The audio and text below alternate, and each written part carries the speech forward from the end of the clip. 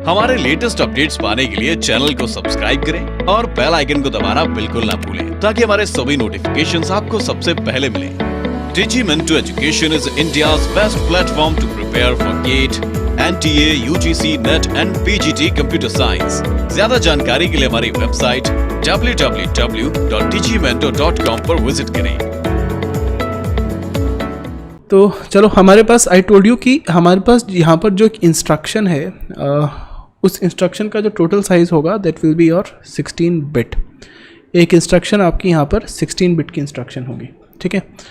अब इस 16 बिट में हमारे पास जो फर्स्ट 4 बिट होती हैं, these are representing your operation code और you can see op code, and the rest 12 bits, जो बाद की जो 12 बिट्स आपके पास होती हैं, these rest 12 bits are okay. So जो बाद की जो 12 बिट्स होती हैं, these rest 12 bits are used to present the address. ये जो 12 बिट्स हैं ये एड्रेस को रिप्रेजेंट करती है। तो जो आपकी फर्स्ट 4 बिट है, तो मैंने क्या किया, फर्स्ट बोट में पहली बिट को मैंने आई के साथ रिप्रेजेंट किया, ठीक है। तो मैंने बोला कि अगर आई की वैल्यू 0 है, 0 means it is a direct addressing instruction, यानी कि जहाँ पर हमारे पास ये जो इंस्ट्रक्शन है, यहाँ पर जो एड्रेस होगा ऑपरेंड का, वो एक डायरेक्ट एड्रेस होगा।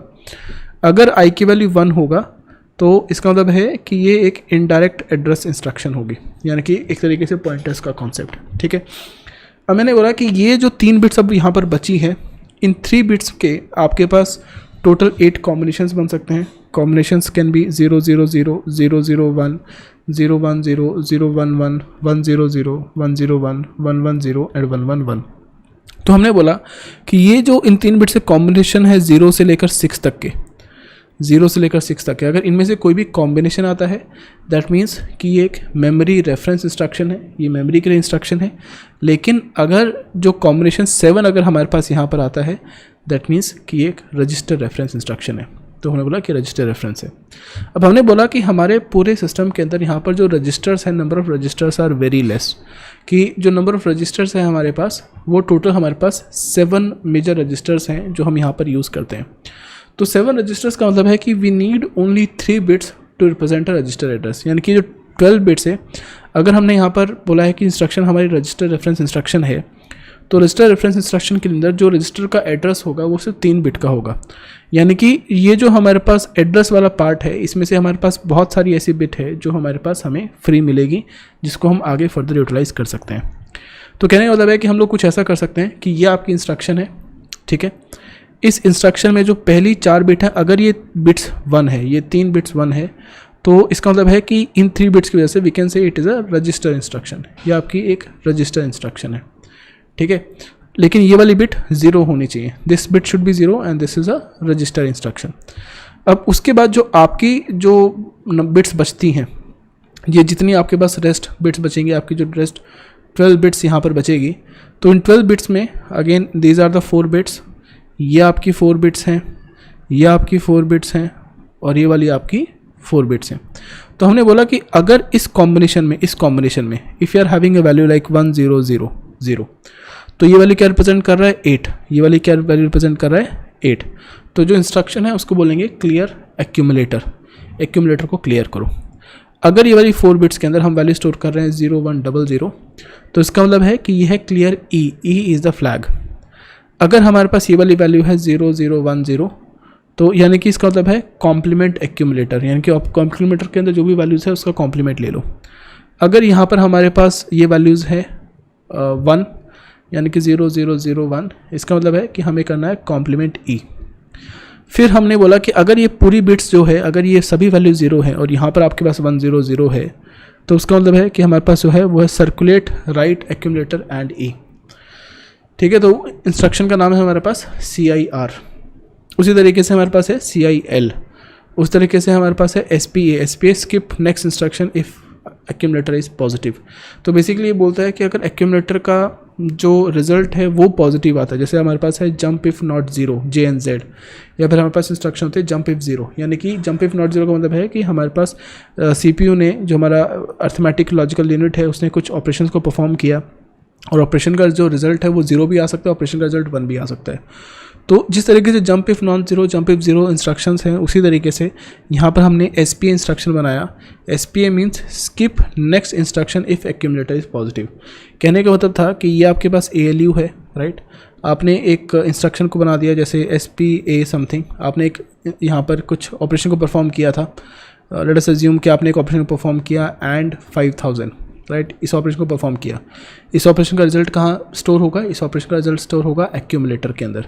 अब जो एक्यूमुलेटर में रिजल्ट स्टोर हुआ है, अगर वो रिजल्ट हमारे पास 1 है तो हम लोग बोल सकते हैं कि 1 जो है एक पॉजिटिव नंबर है, राइट। तो अगर एक्यूमुलेटर का रिजल्ट एक पॉजिटिव नंबर है तो हम लोग इस, अगर नेक्स्ट इंस्ट्रक्शन ये है तो इसका मतलब है कि प्रोग्राम काउंटर की में जो इंस्ट्रक्शन है हमें उसको स्किप करना है, उसके अगली इंस्ट्रक्शन को एग्जीक्यूट करना है। तो मतलब skip next instruction if accumulator is positive, next skip next instruction if accumulator is negative, in the same way skip next instruction if accumulator is 0। तो बेसिकली हमने कुछ ऑपरेशन को परफॉर्म किया, उस ऑपरेशन का जो रिजल्ट है उस रिजल्ट के बेसिस पे हम यहाँ पर अपनी नेक्स्ट ऑपरेशन को सेट मतलब डिसाइड करें कि हमारा अगला ऑपरेशन कौन सा होगा, ओके। उसी तरीके से skip next instruction if A is 0, A is the flag register। ऐसे ही हमारे पास HLT है जिसको बोलते हैं हॉल्ट कंप्यूटर। तो हॉल्ट इज़ लाइक हाइबरनेशन, कि अपने कंप्यूटर को इस समय पर रोक दीजिए, do not perform any other task, ठीक है। And these are your input output instruction. Input output का मतलब क्या है कि आपके पास ये सभी पहली जो 4 बिट है ये सभी अगर 1 है तो उस केस में हम इनपुट आउटपुट इंस्ट्रक्शन का यूज़ कर सकते हैं। तो बेसिकली कहने का मतलब है कि इवन दो 4 बिट से हमारे पास इन 4 बिट से सिर्फ 60 इंस्ट्रक्शन ही पॉसिबल है, but what we can do is we can combine a few values from here. अगर हम लोग यहाँ पर एड्रेस वाले पार्ट को ज़्यादा यूज़ नहीं कर रहे हैं then we can combine a few bits here for a few instruction, ताकि हम नंबर ऑफ इंस्ट्रक्शंस को इंक्रीज़ कर सके, ठीक है। इसका एक बहुत पॉसिबल एक क्वेश्चन जो एग्ज़ाम में आता है आपके पास, वो क्वेश्चन ये आता है कि आपके पास जो इंस्ट्रक्शन है उसकी कुछ लेंथ दे दिया, उन्होंने बोला कि तो इंस्ट्रक्शन की लेंथ जैसे 16 है, ऐसा कुछ एग्ज़ाम में बोल सकते हैं। और वो बोल सकते हैं कि इसमें हमारे पास जो ऑपरेशन कोड है, ऑपरेशन कोड आपके पास 3 बिट्स का है, और जो आपका एड्रेस है एक इंस्ट्रक्शन का वो हमारे पास लेट अस सपोज 10 बिट्स का है। नाउ दे कैन आस्क कि इसमें कितनी 0 एड्रेस इंस्ट्रक्शन पॉसिबल है, या कितनी 1 एड्रेस इंस्ट्रक्शन पॉसिबल है, या कितनी 2 एड्रेस इंस्ट्रक्शन पॉसिबल है। ऐसे कुछ क्वेश्चंस आ सकते हैं। इसको हम बाद में करेंगे एड्रेसिंग मोड के अंदर, तो वहाँ पर मैं इसको समझाने की कोशिश करूँगा, ठीक है। तो एज ऑफ नाउ आपको ये सभी चीज़ों को याद करने की ज़रूरत नहीं है। You do not have to remember all of these things. I will tell you exactly कौन सी ऐसी चीज़ें हैं जो आप रिमेंबर कर सकते हैं लेटर ऑन, बट इनमें से कुछ भी आपको याद करने की ज़रूरत नहीं है, ठीक है, fine. Next is instruction set completeness. तो इंस्ट्रक्शन सेट कंप्लीटनेस का मतलब क्या है कि देखो, जिस तरीके से मैंने बताया आपके पास डिजिटल लॉजिक के अंदर आपके पास बहुत सारे गेट हैं। You can have an and gate, you can have an or gate, you can have a not gate, you can have a nand gate digital के अंदर, you can have a nor gate, you can have XOR gate, you can have XNOR gate, या फिर आपके पास कुछ ऐसी instruction हो सकती है F of A comma B comma C is equal to F of A plus B C complement like this. आपके पास कुछ ऐसी फंक्शंस हो सकते हैं। तो अगर हम बोलते हैं कि there is a function which is functionally complete. Functionally complete का मतलब क्या था डिजिटल लॉजिक के अंदर? डिजिटल लॉजिक के अंदर फंक्शनली कंप्लीट का मतलब ये था कि हम उस पर्टिकुलर गेट से या फिर उस पर्टिकुलर फंक्शन से हम किसी भी डिजिटल लॉजिक के बुलियन फंक्शन को इम्प्लीमेंट कर सकते हैं। That is called as functionally complete. Again I am repeating, digital logic में फंक्शनली कंप्लीट का मतलब क्या था कि यूजिंग दैट पर्टिकुलर गेट और using that particular function I can implement any possible function of digital logic, then we can say that function is functionally complete, ठीक है। उसी तरीके से जब मैं इंस्ट्रक्शन सेट को बोलता हूँ कि हमारा इंस्ट्रक्शन सेट एक फंक्शनली कंप्लीट इंस्ट्रक्शन सेट है, यानी कि हम किसी भी पॉसिबल फंक्शन को, किसी भी पॉसिबल प्रोग्राम को अपने इंस्ट्रक्शन सेट से एग्जीक्यूट कर सकते हैं, अपने इंस्ट्रक्शन सेट से उसको परफॉर्म कर सकते हैं।